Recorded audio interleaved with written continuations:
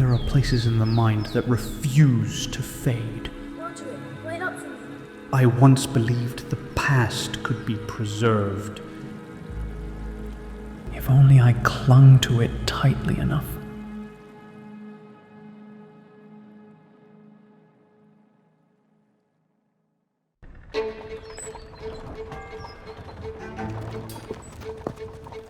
Still no word from Edwin?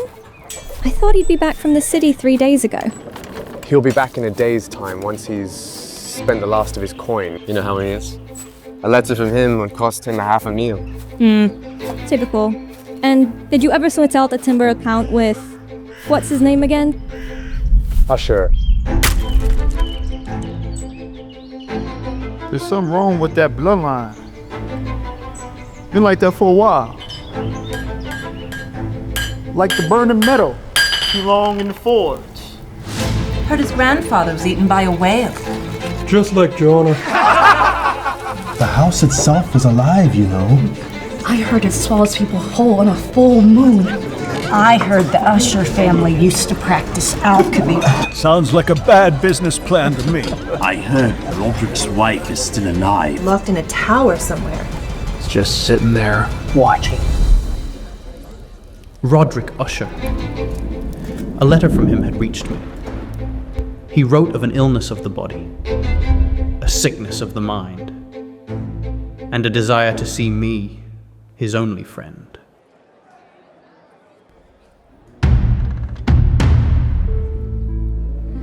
The wind doth blow today, my love, and a few small drops of rain.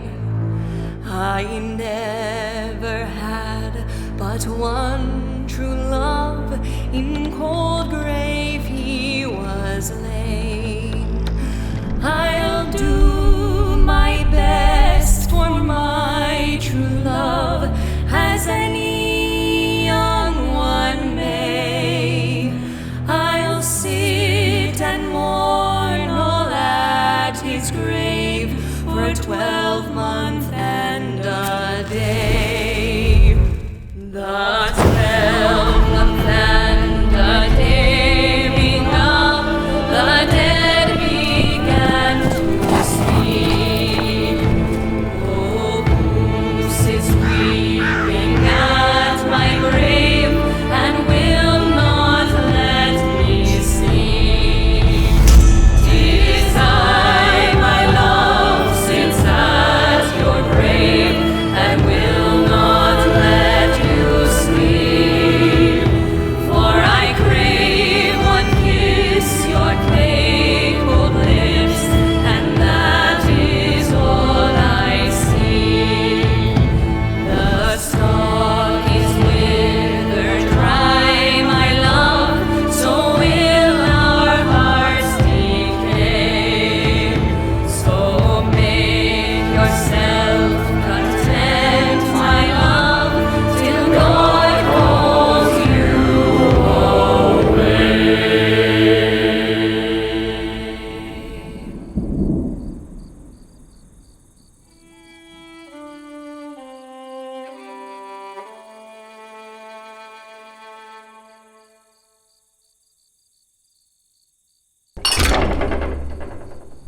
There once was a fox, but not in the wild, but in the cage.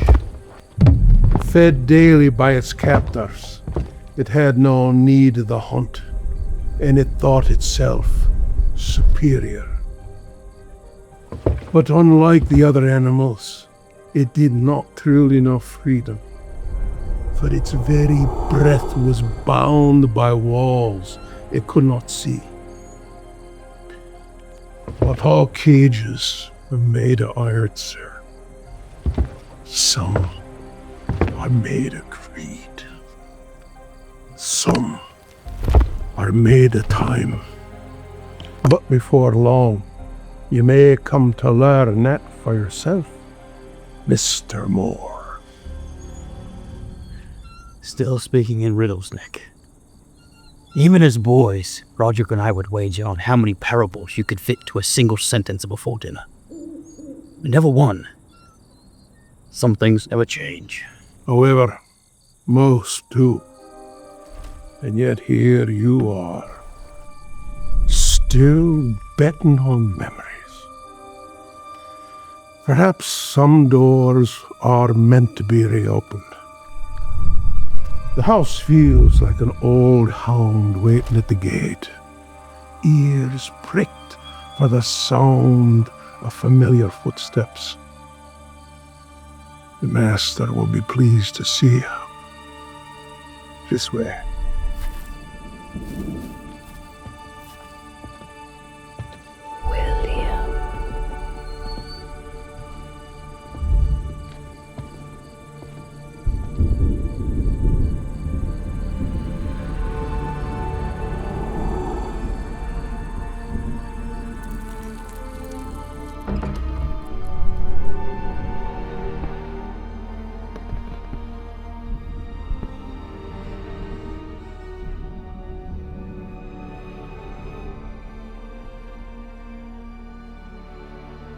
You do realize spiders aren't on your payroll. Master Usher saw to it that the rest of the staff was dismissed. Too many hands reaching for what was his.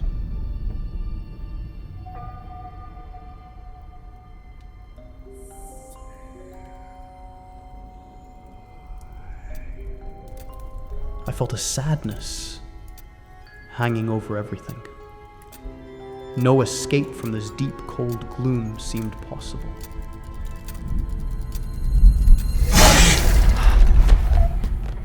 Roderick! There's no need for alarm, my old friend. I may be at death's door, but I've yet to cross that threshold. We have to get you to a doctor. Tonight. Speak of the devil. Your wife has had another episode, sir. Her worst one yet. And I'll say, between the two of you, I have enough work for 2 doctors. And perhaps a priest. You look dreadful. You might not believe it, Samuel, but I'm feeling much better now that dear William is here. William, this is my physician, Dr. Irving.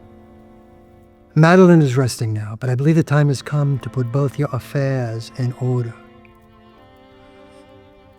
This sickness has spread beyond my ability to heal.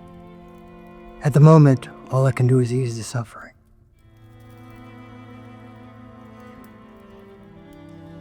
Thank you for visiting, Samuel. I'll be sure to reach out when you're needed again.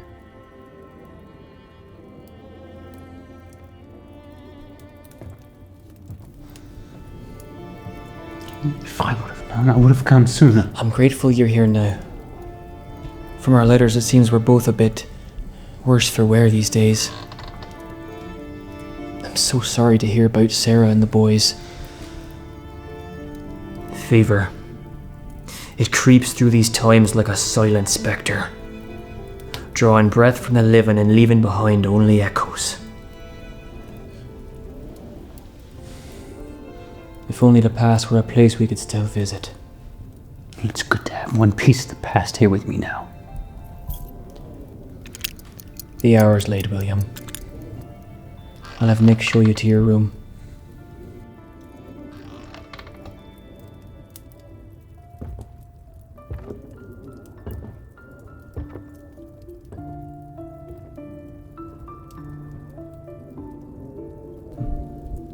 I thought our meeting might rekindle a reminder of days long past. Yet with each word, that light grew dimmer, leaving only the chill of what was lost.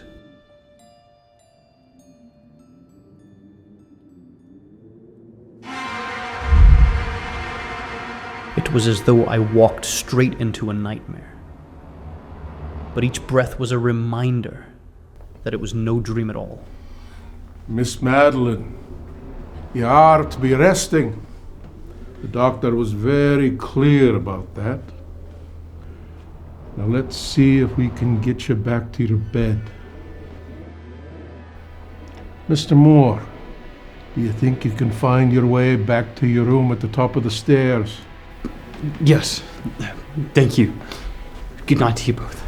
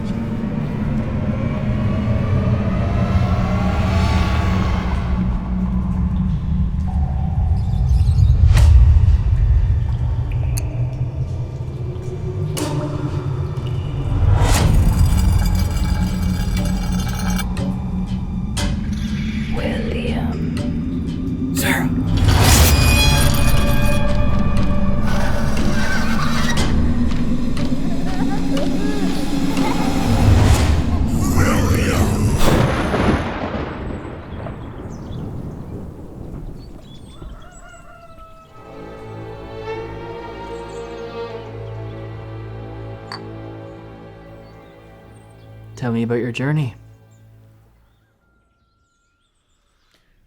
It was long. Took the train from Harrisburg to Pittsburgh. Crowded, noisy, but fast. After that, I rode horseback. Horseback? My God. The road must have shaken your teeth loose. It nearly did. The rain made a mess of the lower valley, mud up to the ankles. And yet you came. Of course I came. You might be more loyal than sensible. And you talk like a man with one foot in the grave and the other refusing to leave the porch. The porch is stable. The grave is honest. The road...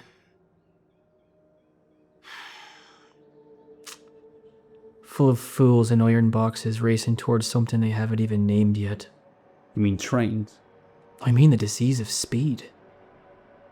Men used to walk to their fate. Now they race toward it. I'll admit, I didn't miss the dust and saddle stores.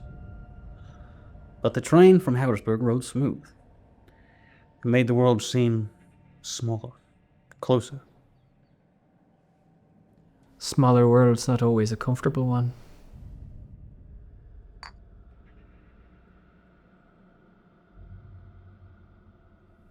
When's the last time you left this place? I step out on the grinds every now and then. I mean the village. The world. I stopped for supplies and I heard no less than 3 wild tales of you and Madeline in the space of a single pint. You've become something of a legend. Of course I have. That's what peasants do when their lives are too small to matter. They gnaw at the bones of their superiors like dogs in the dust. You used to talk like a man, not a monarch. And I am not a wealthy man myself, Roderick. And they are not dogs. They are people, same as you and me. No, not the same. You've seen the village. Mud and soot and small mines. You think they'd welcome me with open arms, William? They'd pick my pockets clean if they could. Take it from me what I've made for myself. Asking for donations to charities, or loans for failed crops, or a room for a small cousin to convalesce. Always reaching, always wanting. They don't see a man, William. They see a purse with legs. So, let them try. What's the point of wealth and land if there isn't anyone to share it with? You've become a ghost in your own home. I'm not a ghost. No, but you're fading like one. Get out. Walk. Breathe air that hasn't been filtered through 20 layers of rotten candle smoke. I told you I have everything I need here. No, Roderick, you don't. You're walling yourself in like a tomb. I know you. Or at least I used to. Full of adventure. And lust for life. And I can tell as your letters grew darker, you decided to leave the world behind. It's growing, day by day. And it's something miraculous. If only you would take the time to see it. I will not leave this house!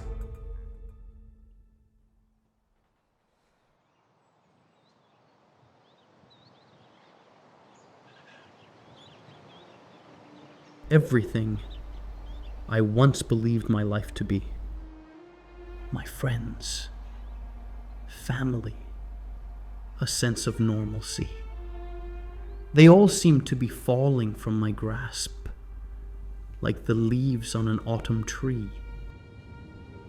There is only one path left to be trod, Roderick. One. A single name on that page, and the house lives on. When you and Lady Madeline fade, the state will come sniffing at your door, hands eager to claim what you have sown. But let him sign, and the bloodline bends, not breaks. It is the only way for the house to remember itself. The estate must pass to William.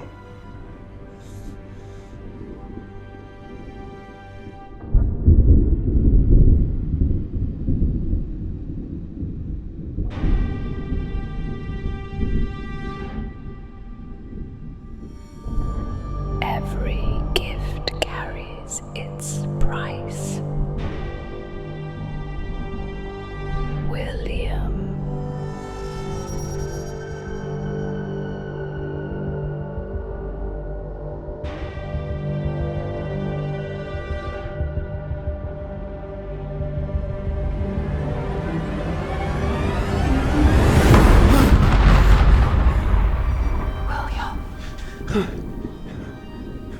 Madeline, what's wrong with us? What's going on?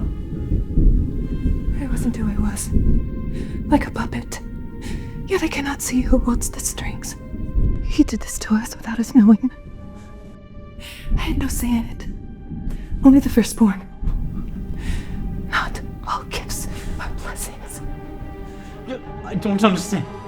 The will? You need to leave!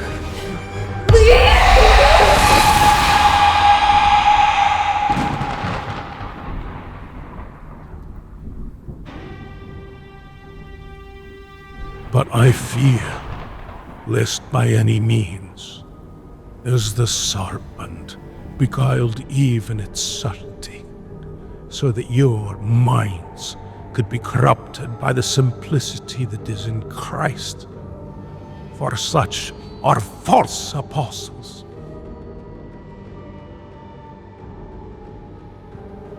The lady of the house is gone. And therefore it is no great thing that his ministers are turned into the ministers of righteousness, whose end shall be according to their works.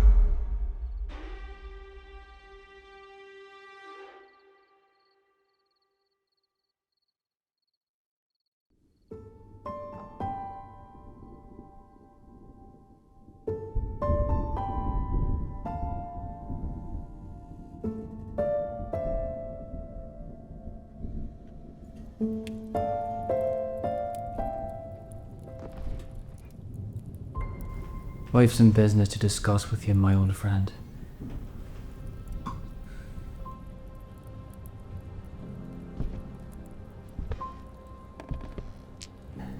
What is going on with you?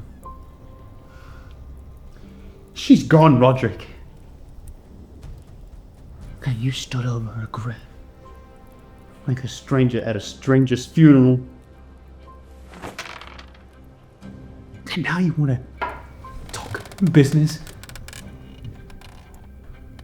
was she just another transaction to you? You used to be my friend. My brother in all but blood. And now I don't know what's behind your eyes anymore. Some mask. Some show.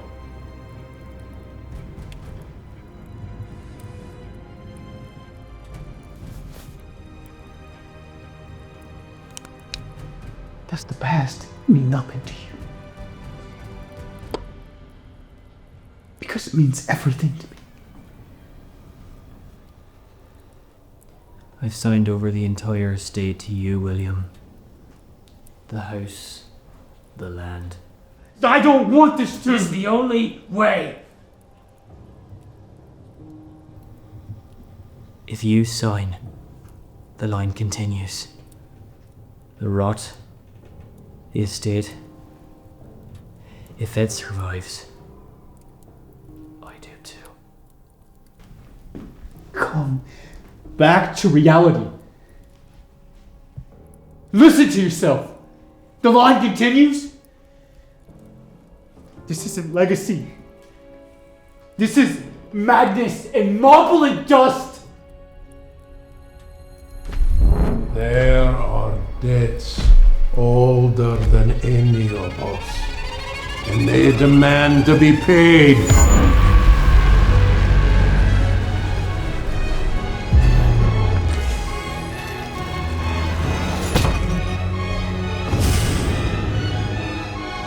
Roger, help me! Roderick, let the past go. We named him Roger.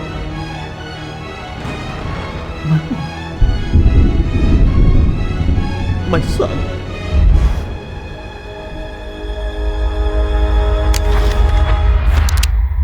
Fool!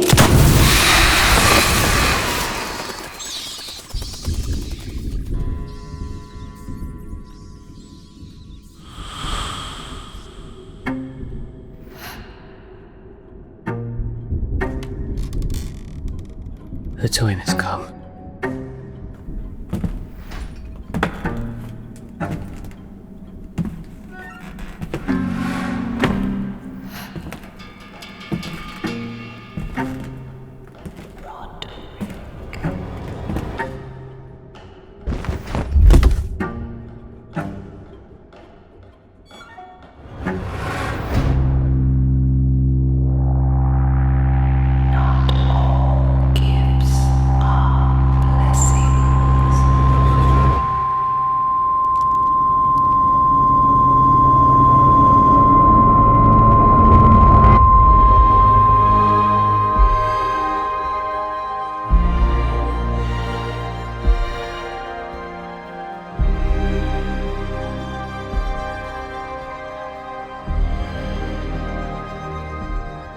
There are places in the mind that refuse to fade.